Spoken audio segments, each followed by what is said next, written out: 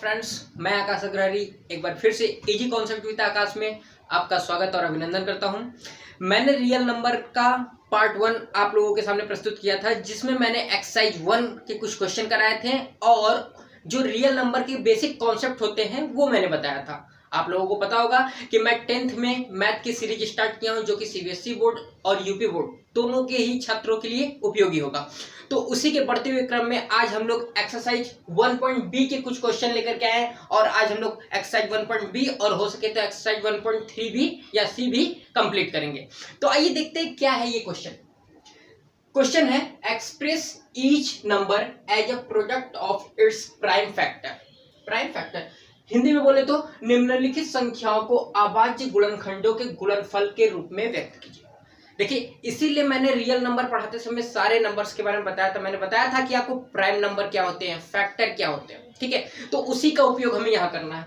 ये क्वेश्चन बहुत ही आसान है, लेकिन कुछ बच्चे यहाँ कंफ्यूज हो जाते हैं, सर ये प्राइम फैक्टर क्यों बोल दिया है, क्या होता है ये प्राइम फैक्टर। ध्यान दीजिएगा, एक एग्जाम्पल की मदद से मैं उसको समझाना चाहूंगा कि अगर मान लीजिए 20 हमारे पास नंबर है, हमें पता है कि फैक्टर ऐसा होता है जो उससे डिवाइड हो, ठीक है। लेकिन अगर किसी चीज का प्राइम फैक्टर हो जाए तो मतलब कि जो फैक्टर निकला हो वो एक प्राइम नंबर हो, और हमें पता है कि प्राइम नंबर क्या होता है, जिसके सिर्फ 2 फैक्टर हो सकते हैं, या फिर ऐसे बोले तो जो सिर्फ 1 या फिर खुद से कटे। तो अगर मुझे इसको सॉल्व करना होगा तो हम कहेंगे कि सर काटने के लिए तो आप 4 से काट सकते हैं, कोई दिक्कत नहीं है। 4 5 20, फिर 5 से काट दीजिए, खत्म। तो क्या 4 × 5 लिख दे, कोई दिक्कत है? नहीं लिख सकते, क्योंकि 4 हमारा प्राइम फैक्टर नहीं। 4 प्राइम फैक्टर क्यों नहीं है? क्योंकि 4 का अगर मैं फिर से फैक्टर करूं तो 2 × 2 आ जाता है। तो प्राइम फैक्टर वो फैक्टर होते हैं जो सिर्फ जिनके 2 ही फैक्टर हो, लेकिन यहाँ पे इसके 3 फैक्टर हो जाएंगे, ठीक है। तो हमें उसी को देखते हुए ये क्वेश्चन करने हैं। तो आइए क्वेश्चन करते हैं और देखते हैं ये कैसे होगा।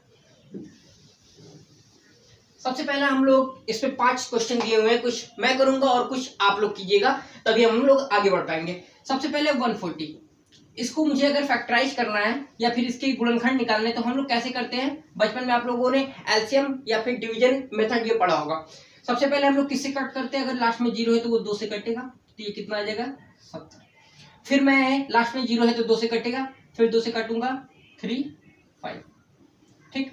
अब ये 2 से नहीं कटेगा, 3 से भी नहीं कट रहा है, क्योंकि 3 5 8 आ रहा है। मुझे पता है 3 का काटने का तरीका क्या होता है, अगर दोनों का सम 3 से कट रहा हो तो 3 5 यहाँ पे 8, तो हम 5 से काटते हैं। तो 5 से कितनी बार में? 7 बार में।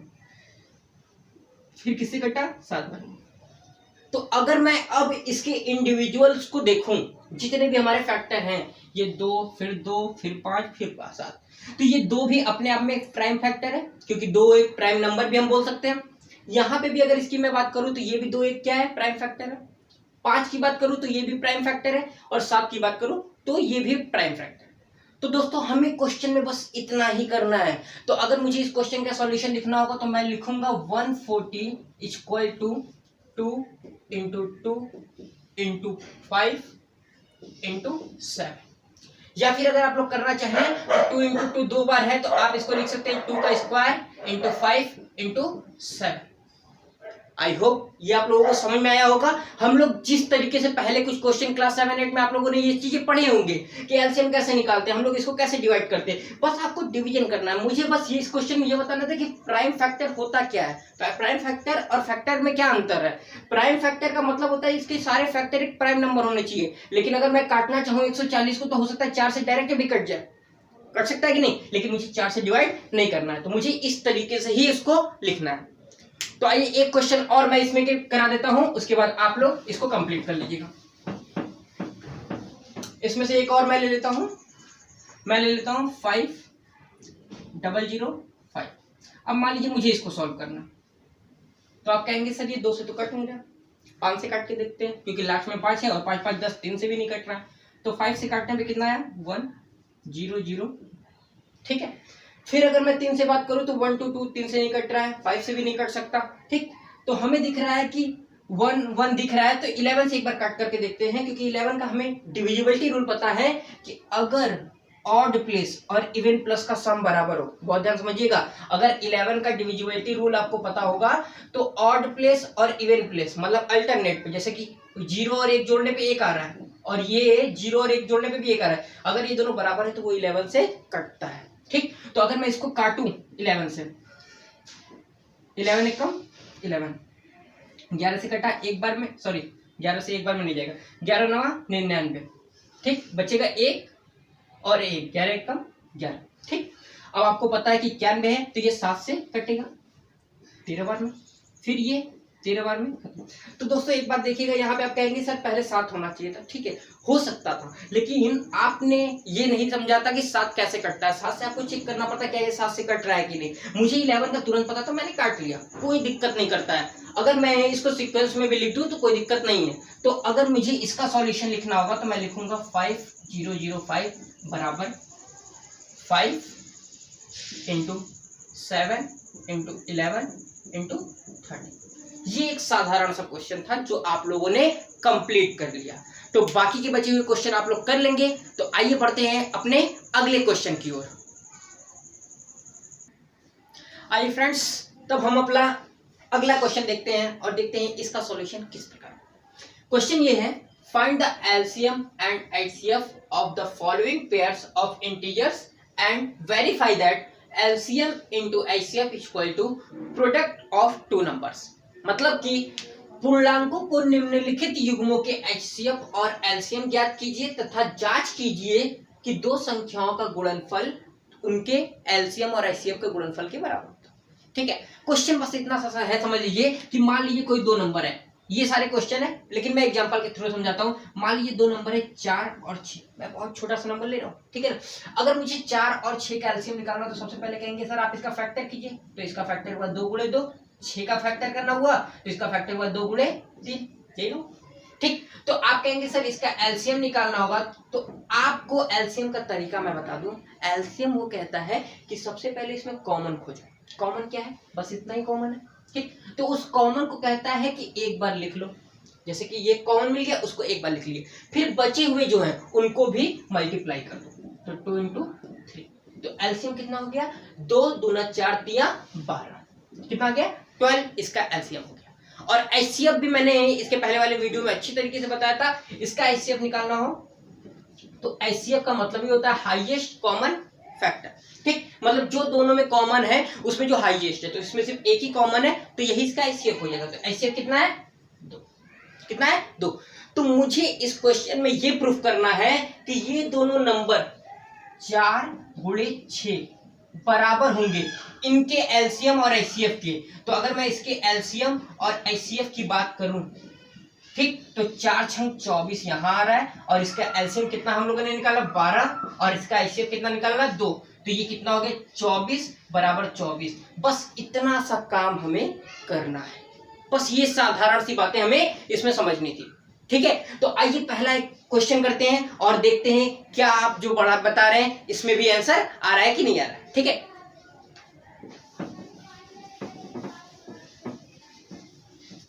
तो इसमें देखिए पहला क्वेश्चन है दोस्तों 26 और 91, ठीक। तो इसके फैक्टर आप सोच रहे होंगे कैसे निकल जा रहे सर, आप 4 का 2 गुणे 2, हम वही काम कर रहे हैं, ध्यान दीजिएगा।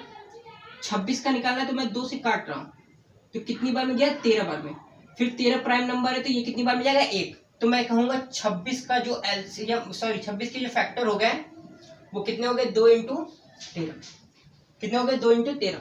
मैंने कहा 91 का आप निकाल के दीजिए, 91, ठीक। तो आपको पता है 91 किससे जाता है 7 से, ठीक। तो 7 से कितनी बार में जाता है 13 बार में, फिर ये कितनी बार में 13 बार में, ठीक। तो इसका क्या हो गया 91 का 13 7 इंटू 30, ठीक, ये हो गया। आप कहेंगे सर इसका एलसीएम बताइए, तो एलसीएम अभी मैंने बताया है कि पहले देख लो इन दोनों में कॉमन क्या है, कॉमन ये है तो इसको एक बार लिख लो, फिर जो बचा है उसको पूरा मल्टीप्लाई कर दो, ठीक है। तो अगर मैं इसका मल्टीप्लाई करूं तो आप कहेंगे सर 13 7 91, 91 दूना, तो आपको पता होगा 90 दूना 180 होता है, 1 दूना 2, तो कितना हो जाएगा 182, 182। एचसीएफ की बात करूं तो एचसीएफ क्या हो जाएगा, तो आप कहेंगे सर जो दोनों में कॉमन रहता है वही आप बोले हैं, तो इसमें कॉमन यही है तो हाईएस्ट वाली बात ही नहीं रह गई, तो ठीक है। ये कितना हो गया 13, कितना हो गया 13, ठीक। तो अब मुझे ये प्रूफ करना है कि ये जो दोनों नंबर है, ये जो दोनों नंबर है, इसको मैं थोड़ा सा मिटा रहा हूं, इसको आप लोग नोट कर लीजिएगा स्क्रीनशॉट लेके, ठीक। मुझे यही प्रूफ करना है दोस्तों कि जो 26 और 91, मान लीजिए ये नंबर ए थे और ये नंबर बी था, ठीक। तो मुझे प्रूफ करना है कि ए इंटू बी बराबर एलसीएम इंटू एचसीएफ, ये प्रूफ करना है, ठीक। तो ए कितना है 26, बी कितना है 91, ठीक है। तो बराबर में हमें एलसीएम इसका कितना आया 182 और एचसीएफ कितना है 13। मुझे मल्टीप्लाई करके देखना है क्या ये दोनों बराबर आ रहे हैं कि नहीं। तो मल्टीप्लाई करना आप लोग हमसे बेहतर जानते हैं, लेकिन फिर भी मैं कुछ तरीके बताता हूँ। मल्टीप्लाई भी आप बहुत फास्टली कर सकते हैं।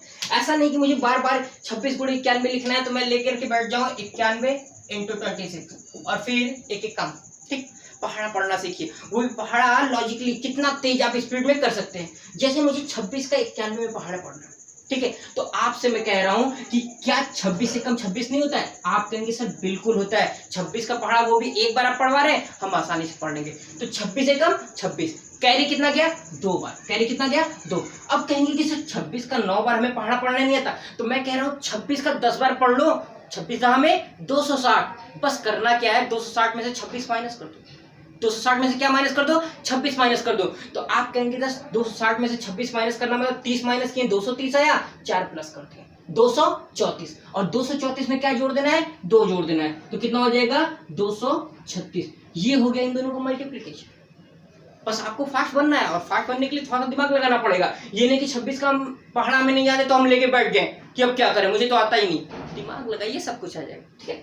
यहाँ पे भी वही काम करेंगे हम लोग। यहाँ पे तो आसान है, 13 का पहाड़ा आप लोग जानते हैं, ठीक। लेकिन अगर मैं बोलूं कि 182 का पहाड़ पढ़ के दिखाओ तो आप कहेंगे सर हमें नहीं आता है, लेकिन मैं वो भी करके दिखा दूंगा। 182 का 3 बार पहाड़ पढ़ना है, आपने हाथ ऊपर कर दिए सर नहीं आता। मैंने कहा 200 मान लो इसको, 200 का 3 बार पहाड़ा भी 600 आया, कितना आया 600। 200 से कितना कम है 18 कम है ना, तो 18 के 36 कम कर दो, और अगर 600 में से 36 घटाओगे तो 564 बचता है। कितना बचता है 500, सॉरी कितना, एक मिनट, 182 कुछ, ठीक। 282 इंटू 13 करना है, ठीक है। 282 का अगर 3 बार पहाड़ा पढ़ना है तो आप कितना कहेंगे 2 3 600, 18 सॉरी 18 3 36 में घटवा रहा हूँ, 18 3 54 घटाना है आपको, वहां मैं कंफ्यूज हो गया था। 182 का अगर 3 बार पहाड़ा पढ़ना है, ये मैं बस सोचने का तरीका बता रहा हूँ। यहाँ पे कंफ्यूज मैं इस वजह से हो गया था कि 18 3 54 मैं बोल दिया था, इस वजह, ठीक है। ध्यान दीजिएगा, 200 3 600 बचा कितना, 200 से कितना कम है 18, और 18 3 54, तो मैं कह रहा हूँ 600 में से 54 घटा दो। आप कहेंगे 600 में से 50 घटाएं 550, 4 और घटाने के लिए कर रहे हैं 546। 546 का मतलब 6, कैरी कितना गया 54 गया, और 182 कम 182, 182 कम 182, 182 में क्या 54 नहीं जोड़ पाएंगे। आप कहेंगे सर 4 जोड़े 186, 4 जोड़े कितना हो गया 186, और 50 जोड़ दिए 236 हो गया। क्या ये बराबर नहीं आ रहा है? तो आप कहेंगे ये सर हो गया, ये तो बराबर आ गया, बस हमें इतना ही करना है। मैं मल्टीप्लिकेशन का तरीका बता रहा था, वैसे आप 13 से भी कर सकते हैं, ये भी आसान है, लेकिन आपकी सोच बढ़नी चाहिए, क्योंकि आप मैथ में जितना फास्ट बनेंगे आपके लिए उतना ही हेल्पफुल होगा। तो बाकी के क्वेश्चन आप लोग खुद करेंगे। आइए अपने अगले क्वेश्चन की ओर बढ़ते हैं। आइए फ्रेंड्स, तो हम अपना अगला क्वेश्चन देखते हैं, और देखते हैं इस क्वेश्चन में क्या। Find the LCM and HCF of the following integers by applying prime factorization method. Prime factorization method की जिक्र मैं पहले भी कर चुका हूं। मतलब मुझे जब उसके गुणनखंड निकालने तो वो सारे के सारे प्राइम नंबर होने चाहिए, ठीक है ना। मुझे इन सब का एलसीएम और एचसीएफ प्राइम फैक्टराइजेशन मेथड से निकालना, ठीक है। तो इसमें से एक मैं कर दे रहा हूं, 2 आप लोग खुद कर लीजिएगा। मैं बस बता देना चाहता हूं कि आपको करना क्या है, ठीक है। जैसे कि अगर मैं 12 की बात करूं तो आपने अभी देखा है कि 12 का फैक्टराइजेशन करने के लिए 2 से किए 6, फिर 2 से किए 3, फिर 3 से किए 1। फिर मैं 15 की बात करूं तो 15 का भी आप लोगों ने देखा था, 3 से किया 5, फिर 5 से किया 1। फिर मैं 21 की बात कर दूं तो 21 का भी आप लोगों ने देखा था, 3 से किया 7 और 7 से किया, ये आप लोग कर लिए थे। मुझे क्या करना है कि अगर 12 लिख दिया गया है, ठीक, तो 12 के फैक्टराइजेशन क्या क्या होगा, 2 गुणे 2 गुणे 3, आप लिखेंगे 2 इंटू 2 इंटू 3। 15 था तो 15 का फैक्टराइजेशन हो गया 3 इंटू 5, ठीक है। और अगर 21 हो गया तो 21 का फैक्टराइजेशन हो गया 3 इंटू 7। तो मैंने आपसे बोला था मुझे इसका एलसीएम और एचसीएफ निकालना है। तो एलसीएम का मतलब क्या मैंने बताया था कि देखिए इन तीनों में क्या कोई उभयनिष्ठ है, क्या कोई कॉमन है। उभयनिष्ठ कॉमन का मतलब जो तीनों में हो, ठीक। तो आप कहेंगे सर 3 3 3 तीनों में है, मैंने कहा लिख लो। उसके बाद क्या करना है, जितने बचे सबको मल्टीप्लाई करा दो। तो 2 इंटू 2 ऊपर वाला खत्म, 5 नीचे वाला खत्म, 7 ये खत्म।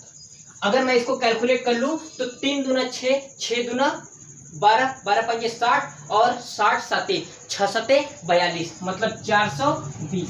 कितना गया 420। आप कहेंगे सर इसका एचसीएफ निकाल के दिखाइए, तो जाने। तो मैंने कहा एचसीएफ तो निकल चुका है। आपने कहा कैसे, तो मैंने कहा जो तीनों में कॉमन होता है वही तो एचसीएफ होता है। ध्यान दीजिएगा, अगर 2 नंबर की बात करें, 3 नंबर की बात करें, 4 चाहे जितने नंबर हो, एचसीएफ का मतलब वही कि सब के सब में कॉमन होना चाहिए, उभयनिष्ठ होना चाहिए। तो तीनों में क्या कॉमन है, 3। क्या कॉमन है, 3। तो इसका एलसीएम हो गया 420 और एचसीएफ हो गया 3। बस इतना सा ही हमें इस क्वेश्चन में करना था। तो आई थिंक अब आप लोग इन दोनों क्वेश्चन को भी कर लेंगे, ठीक। आप इसमें ये कंफ्यूज हो सकते थे कि सर इसको आप लोग कराएं, ठीक है, ये भी नंबर समझ में आ रहा है, लेकिन बीच वाले क्वेश्चन में अगर थोड़ा सा मैं ध्यान दूं तो देखिएगा, 1 मिनट के लिए मैं इसको समझाना चाहूंगा। इसको भी मैं करा ही देता हूं, लेकिन कैलकुलेशन आप लोग कर लीजिए, ठीक है। अगर क्वेश्चन में आ गया 17, 23 और 29, तो आप कहेंगे कि ठीक है सर 17, 23, 29। आप कहते हैं प्राइम फैक्टराइजेशन मेथड लगा दो। तीन का तीनों तो प्राइम नंबर है, इनका क्या फैक्टराइजेशन होगा, कुछ नहीं। 17 भी किसी से नहीं कटेगा, 23 भी, 29 भी। तो अगर इसका एलसीएम और एचसीएफ निकालना हो तो बहुत ध्यान समझिएगा। इसका एलसीएम हो जाएगा 17 इंटू 23 इंटू 29, मतलब तीनों का मल्टीप्लाई कर लीजिए, जो बराबर में आए वही उसका एलसीएम हो जाएगा। अगर मैं एचसीएफ की बात करूं तो आप कहेंगे सर इसमें तो कुछ कॉमन ही नहीं है, इसमें तो कुछ कॉमन ही नहीं है। आप कहते हैं हाईएस्ट कॉमन फैक्टर में जो कॉमन वो भी हाईएस्ट हो। तो मैं एक बात पूछ रहा हूँ, क्या 17 को 1 इंटू 17 नहीं लिख सकते? क्या 23 को 1 इंटू 23 नहीं लिख सकते? क्या 29 को 1 इंटू 29 नहीं लिख सकते? तो आप कहेंगे लिख सकते हैं। मैंने कहा क्या इन तीनों में 1 कॉमन नहीं है? तो आपने कहा सर समझ गए हैं, इसका एचसीएफ 1 होगा। तो क्या हो गया एचसीएफ 1। तो आई थिंक मैंने दूसरा भी करा दिया, बस इसको कैलकुलेट कर लीजिएगा और तीसरा आप लोग खुद से कीजिएगा। तो आइए बढ़ते हैं अपने अगले क्वेश्चन की ओर। तो आइए फ्रेंड्स हम अपना अगला क्वेश्चन देखते हैं। इसका मैंने हिंदी और इंग्लिश नहीं लिखा है क्योंकि क्वेश्चन तो आपके सामने। क्वेश्चन क्या है कि दो नंबर है 306 और 657, जिनका एचसीएफ दिया है 9। जिनका क्या दिया है, एचसीएफ दिया हुआ है 9 और उसका एलसीएम निकालना है। आप कहेंगे सर क्या किया जाए इस क्वेश्चन में? तो मैंने कहा अभी मैंने एक क्वेश्चन कराया था कि अगर कोई 2 नंबर ए और बी दिए गए थे, याद कीजिए, अगर कोई 2 नंबर ए और बी दिए गए थे तो इनका गुणनफल बराबर था इन दोनों के एलसीएम और इन दोनों के एचसीएफ के। याद आ रहा है? तो आप कहेंगे सर याद तो आ गया क्योंकि इसके पहले ही आप इस क्वेश्चन को कराएं, बस वही करना है। दोनों नंबर क्या है? तो आपने कहा 306, 657। मैंने कहा एलसीएम क्या है? आप कहें नहीं पता सर, तो मैंने कहा एलसीएम को एलसीएम ही रहने दो। मैंने कहा एचसीएफ क्या है? आप कहेंगे सर 9 पता है, इसका 9 दिया हुआ है। मैंने कहा बस इतना ही करना है, एलसीएम निकालना है, उसके मल्टीप्लाई में 9 है। मैंने कहा मल्टीप्लाई वाले किसी चीज को जब बराबर की इधर भेजते हैं क्या होता है? तो आप कहेंगे डिवाइड में चला जाता है। तो आप कहेंगे कि सर एलसीएम बराबर 306 गुणे 657 डिवाइडेड बाई 9। 9 से देखिए क्या कट रहा है, तो आप कहेंगे 3 6 9, 9 से कट रहा है, मतलब 9 3 27। कितना बचा? 3 3 6 36, 9 4 36। मल्टीप्लाई कर दीजिए। क्या कर दीजिए? मल्टीप्लाई। आप कहेंगे सर फिर पहाड़ा पढ़वाएंगे? हम कहेंगे फिर से पढ़वाएंगे। 34 का पहाड़ा पढ़िए। आप कहेंगे सर नहीं आता है। मैंने कहा कोशिश कीजिए, सब आएगा। ध्यान दीजिए, 34 का मुझे साथ में पहाड़ पढ़ना है। आपने कहा नहीं आता है। मैंने कहा 34 में से 4 हटा दीजिए, कितना बचेगा? 30। और 30 का साथ में नहीं पढ़ सकते, तो आपने कहा था 3 7 21, 21 मतलब 210 और 4 7 28। क्या 210 में 28 नहीं जोड़ा जा सकता? आप कहेंगे सर जोड़ा जा सकता है। तो 210 में जब 28 आप जोड़ते हैं तो 238 कितना हो जाता है? 238। और 238 में कितना बचा? 8। कैरी कितना गया? आपने कहा सर 238 में 2 3 8 होता है, 23 कैरी चला गया। मैंने कहा फिर से 34 का 5 में पहाड़ा पढ़िए। कैरी याद रखिएगा कितना है 23, और ये सब आपको दिमाग में करने हैं, कैलकुलेशन तभी मजबूत होगा। 34 का 7 में पढ़े 238 में 8 लिखे 23 कैरी, फिर 34 का 5 में पढ़िए। फिर आपने कहा सर नहीं आता, मैंने कहा 3 5 15 150 और 4 5 20 170। 170 में क्या 23 नहीं जोड़ा जा सकता है? आपने कहा सर जोड़ा जा सकता है। 170 में 23 जोड़े 193, 193 का 3, कैरी कितना गया 19, कैरी कितना गया 19। फिर आप कहेंगे सर 34 का 6 में अब पढ़ना है, मैंने कहा फिर से 3 का पढ़ो, 3 छक 18 मतलब 180 और 4 छक 24। 180 में 24 जोड़िए 204, और 204 में 19 नहीं जोड़ा जा सकता है? आपने कहा सर बिल्कुल जोड़ा जा सकता है। 204 में जब 19 जोड़ेंगे 223, 19 4 23 होता है तो 223। तो इस क्वेश्चन का आंसर क्या हो गया? इसका एलसीएम होगा 2 2 3 3 8। फ्रेंड्स कैलकुलेशन ही आपका मैथमेटिक्स है, जितना अच्छा कैलकुलेशन होगा उतना अच्छा मैथमेटिक्स होगा। तो आइए इसी कैलकुलेशन को और अच्छा करते हुए अपने अगले क्वेश्चन की ओर बढ़ते हैं। आइए फ्रेंड्स, तो हम अपना अगला क्वेश्चन लेके चलते हैं। क्वेश्चन ये है, check whether 6 to the power n can end with the digit 0 for any natural number n। जांच कीजिए कि क्या किसी प्राकृतिक संख्या n के लिए किसी संख्या 6 की पावर n अंक 0 पर समाप्त हो सकता है। मान लीजिए कि 6 की पावर n क्या है? कोई भी नेचुरल नंबर है, प्राकृतिक संख्या।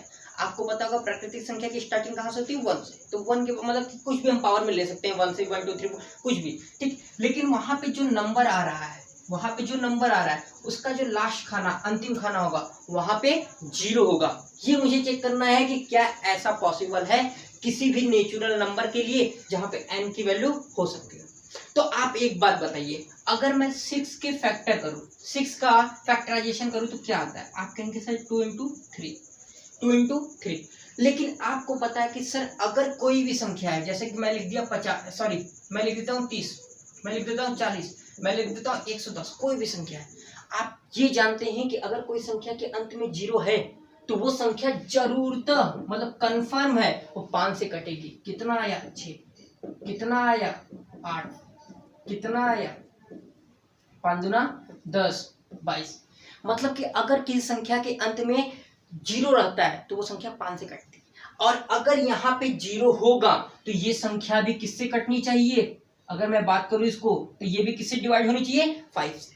लेकिन आप कहेंगे कि सर 6 के फैक्टराइजेशन में, प्राइम फैक्टर मेथड में 2 और 3 आ रहा है, यहाँ 5 तो आ ही नहीं रहा।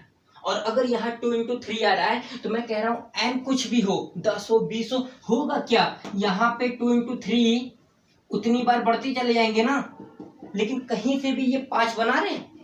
और अगर 5 नहीं बना रहे हैं तो क्या ये पॉसिबल है कि ये लास्ट में 0 दे पाएंगे? तो आप कहेंगे सर नहीं।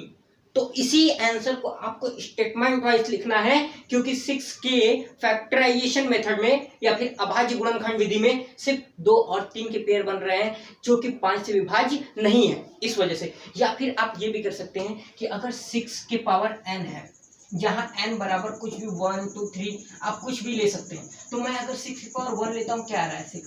6 की पावर 2 लेता हूँ क्या आ रहा है? 36। 6 की पावर 3 ले रहा हूँ कितना आ रहा है? 216। 6 की पावर 4 ले रहा हूँ कितना आ रहा है? 36 1296। आप एक बात गौर कर रहे हैं कि सर आप पावर तो बढ़ा रहे हैं लेकिन इसका जो अंतिम डिजिट है वो बदल नहीं रहा है, वो हमेशा 6 बना है। तो आप इस बात को याद कर लीजिएगा, 6 के पावर में चाहे जितने भी नंबर हो कोई फर्क नहीं पड़ता हो, n हो एनी नेचुरल नंबर, उसका जो अंतिम डिजिट या फिर यूनिट डिजिट होगा वो 6 होता है। और ये क्वेश्चन कर रहा है कि क्या ये 0 पॉसिबल है? तो आप कहेंगे ये पॉसिबल नहीं। इसी को आपको स्टेटमेंट में लिखना है, ठीक है। तो आइए बढ़ते हैं अपने अंतिम क्वेश्चन की ओर। यहाँ पे हमारा एक्सरसाइज 1.b समाप्त होगा। फ्रेंड्स, तो हम लेकर के चलते हैं अपना अगला क्वेश्चन। क्वेश्चन ये है, explaining why 7 into 11 into 13 plus 13 and 7 into 6 into 5 into 4 into 3 into 2 into 1 plus 5 are composite number. वही हिंदी में भी है कि क्यों ये दोनों भाज्य संख्या है। भाज्य संख्या मतलब जो किसी से कट जाए, जिसके 2 से ज्यादा फैक्टर हो, जैसे कि 4, जैसे कि 6, ये होते हैं भाज्य संख्या। लेकिन अगर अभाज्य संख्या की बात करेंगे तो 2 3 5 ये अभाज्य संख्या है, क्योंकि इनके फैक्टराइजेशन करेंगे तो बस 2 ही फैक्टर बनेंगे, इसके 2 से ज्यादा फैक्टर हो सकते हैं, ठीक। जैसे कि 4 की बात करूं तो 1 हो गया, 2 हो गया, 4 हो गया, 3 फैक्टर इसके हो गए, ठीक है ना। तो ये होते हैं भाज्य संख्या, ये होती है भाज्य। मुझे ये प्रूव करना है कि क्यों ये दोनों भाज्य संख्या है। तो देखिए 7 × 11 × 13 + 30, इन दोनों में से क्या मैं 13 कॉमन ले सकता हूँ? तो आपने कहा सर बिल्कुल। 7 × 11, यहाँ पे क्या बचा? +1। फिर मैंने कहा कितना? 11 × 7 = 77, 77 × 1 = 78। ठीक, अब एक बात बताइए, इन दोनों की मल्टीप्लिकेशन की जरूरत है? अगर कर भी देते हैं तो भी देख लीजिए 13 का गुणा 8 में, 13 8 कितना होता है? 13 6 78, 13 7 91, 13 8 104, 4 हासिल लगा 10, 13 7 91, 91 में 10 जोड़िए, 91 में 10 100। आप कहेंगे कि सर लास्ट में 4 है, इसका मतलब ये 2 से तो कटेगा ही कटेगा। इसका मतलब ये क्या हो गया? एक भाज्य संख्या हो गया। बस आपको यही चेक करना है कि लास्ट में जो नंबर आ रहा है वो प्राइम नहीं होना चाहिए, वो एक कंपोजिट नंबर होना चाहिए, मतलब भाज्य संख्या होना चाहिए। इसी प्रकार आप अगला भी करेंगे तो इसमें से भी क्या कॉमन हो जाएगा? 5, और मल्टीप्लाई करने के बाद कोई संख्या आएगी, बस वो चेक कर लीजिएगा कि वो भाज्य है कि नहीं। बिल्कुल ठीक है। तो आइए आज हम लोग अपने वीडियो का समापन करते हैं।